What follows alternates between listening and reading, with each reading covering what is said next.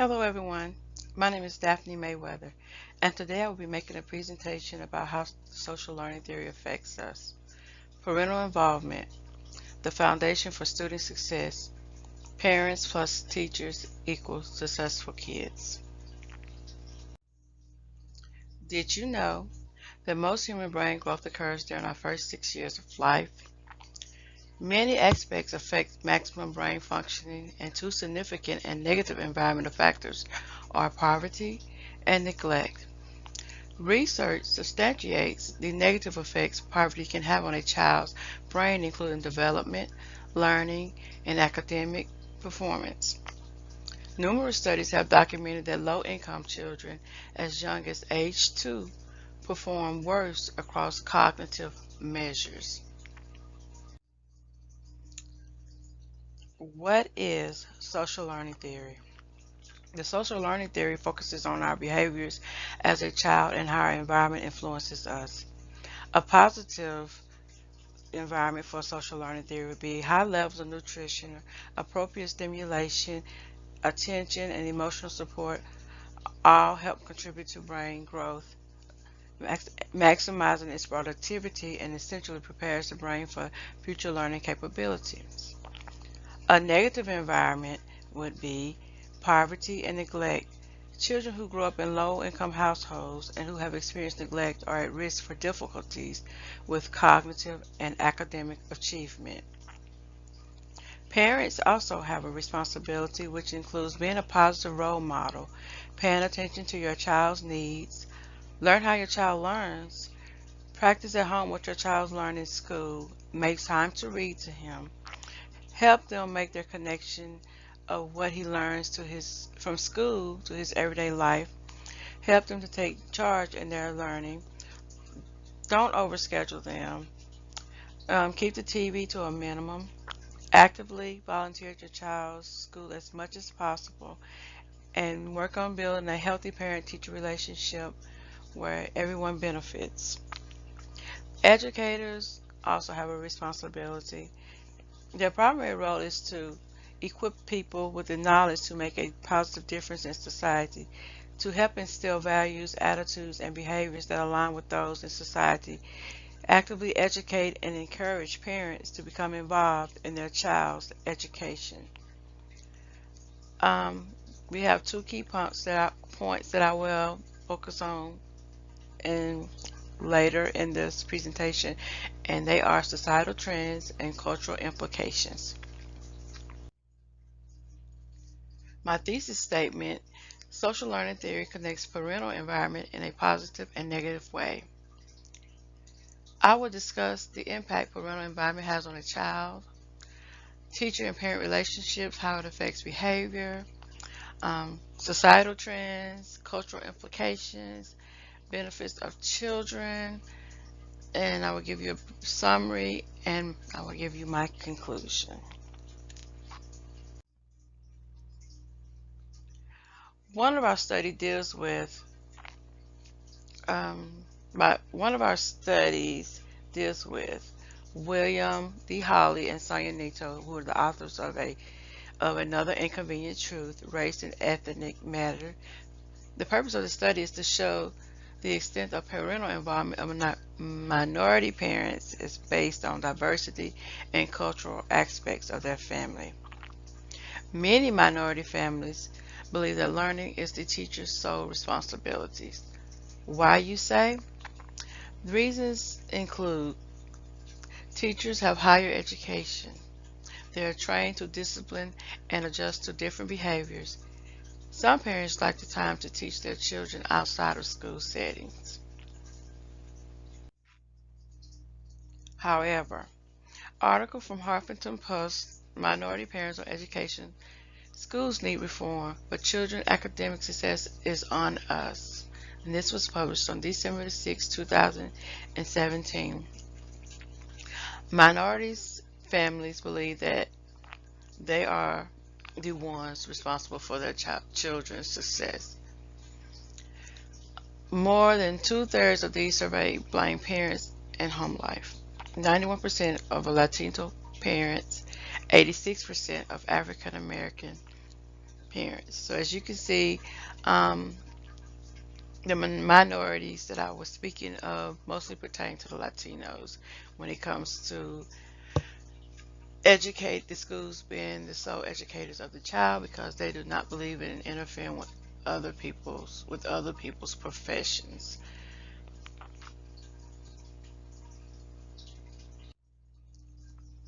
According to Julia B. Isaacs, children from low-income family types are at a disadvantage. She states less than half, which is fewer than 48% of low-income children, are ready for school at age 5. 75% of children from moderate and high income are ready. Reasons for low percentage: mothers are unmarried, poorly educated, high rates of depression, and poor health.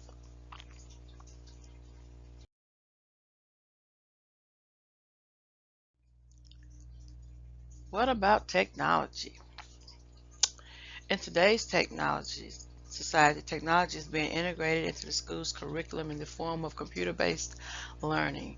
The schools have adopted programs like iReady and phonics in an effort to help aid children in different areas of learning, such as reading comprehension and math. They have also adopted mobile school apps. These mobile school apps are designed to help keep parents in the know-how about what's happening with at the school. They include apps such as the Active Parent, which keeps parents aware of their child's progress and also helps them to understand what their child's problem area is. Schools have even created Facebook pages, and these are intended to keep the community updated on the upcoming events taking place at the schools. I have included a chart. So it's based on the percentage of students in grades K through 12 whose parents reported attending school events, volunteering, or either serving on a committee, and it's based off the parents' educational level. And it says, basically, it says that race ethnicity, I can't say that word, based on the average, there's a lack of volunteering from parents at school. This could be because of lack of transportation, their educational background, language barriers, they may not speak English good, and demanding work schedules. Cultural implications include from the regional perspective, that parent involvement is viewed as playing a vital role in making a difference in a child's academic outcome. And from a political aspect, parents or involvement is viewed as a parent's right to be involved in their child's education.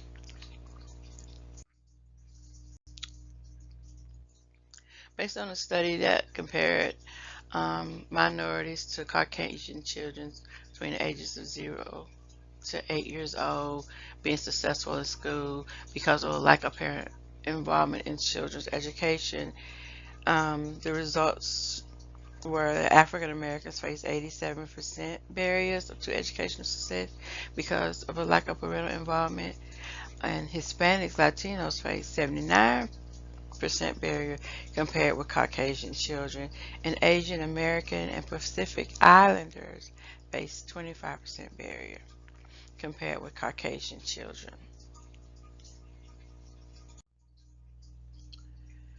Michael J. Petrilli, he believed that school faced challenges in meeting the needs of both low income and middle to upper income. Low income favored a traditional curriculum, strict discipline, and an authoritative style in classrooms. Middle to upper income was less structured and child centered. Regional cultural implications could include a linguistic services, parent volunteer incentives, GED programs, grants, and child care. Federal cultural cultural implications include financial assistance, nutritional aid, comprehensive health, and education to teachers who wanted to further their educations. Also, there are policies for the cultural implications. To mention a few, there's one is called No Child Left Behind Act, and it's providing all children with fair, equal, and significant opportunity to obtain a high quality education. And then there's the FERPA. It gives parents the right to have access to their children's records. And then the Individual Disability Act is students with disabilities are provided with free, appropriate public education. And on the health perspective, there's insurance. They do. I know when I volunteered at the Head Start, I know they did routine dental checkups at the school and vision, eye care, prevention treatments, and Medicaid and CHIPS for low-income families. And they offer nutritious meals, balanced breakfast, lunch, and dinner, supper, snack, whatever.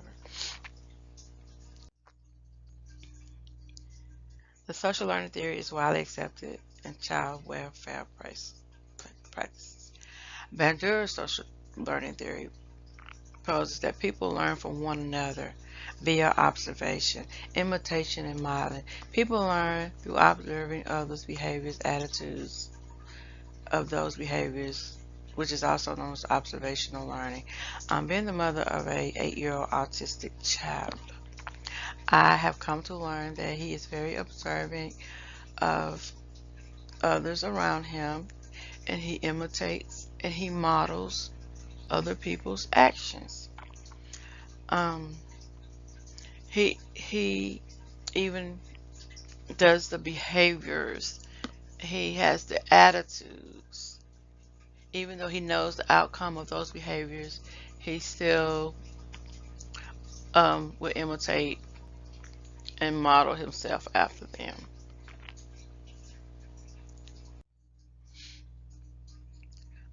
Social learning theory helps us understand the importance of parental involvement. Parenting behavior is a positive behavior by the parent, which helps support positive behavior in a child. Children with positive behavior achieve higher grades and they create a positive environment for their peers. Parents achieve satisfaction in helping children and it promotes a higher self-esteem in the child. Teachers receive help with different behaviors and create a curriculum based on that child's needs. Teachers' behavior. They are less stressed. Um, it helps them create a bond with the child and the child's parent. It helps them to learn about the child's family background, their culture, their behaviors, and it promotes a positive environment for both the child, the teacher, and the parent, and the school.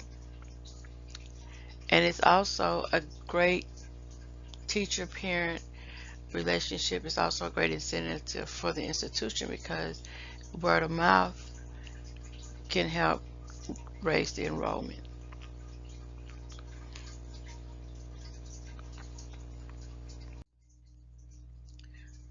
Children also benefit, of course.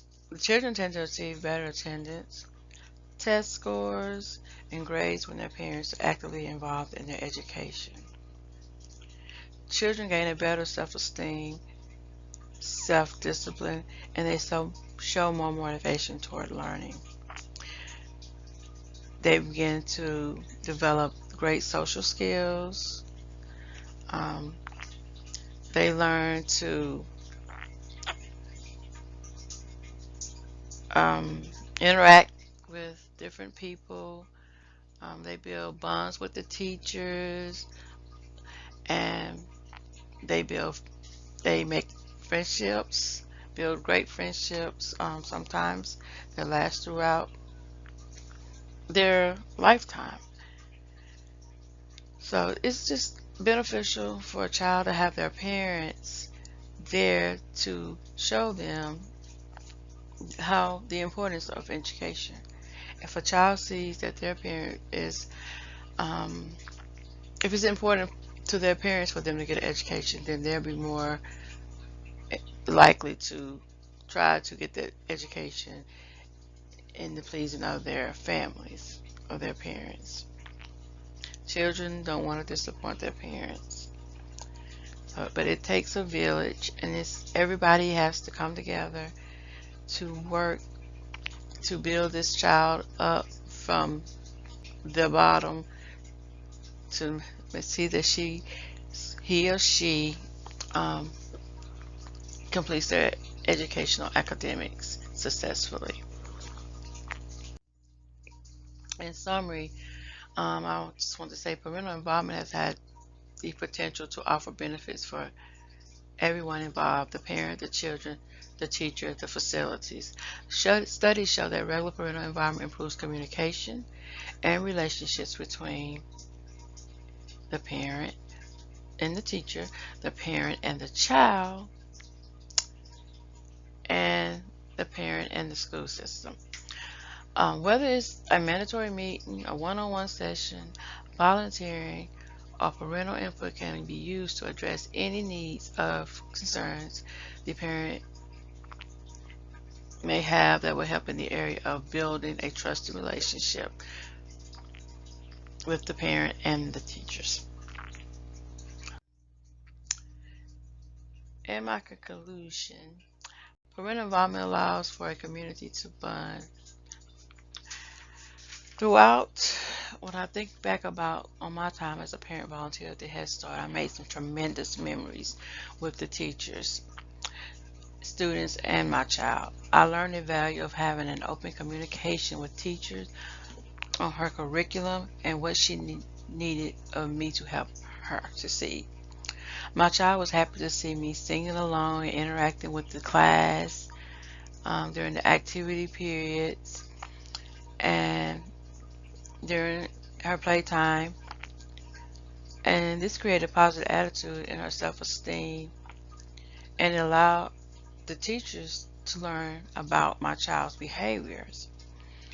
I felt a purpose in myself as well. It helped me to motivate and give her peers a chance to feel, to feed off of her positive attitude.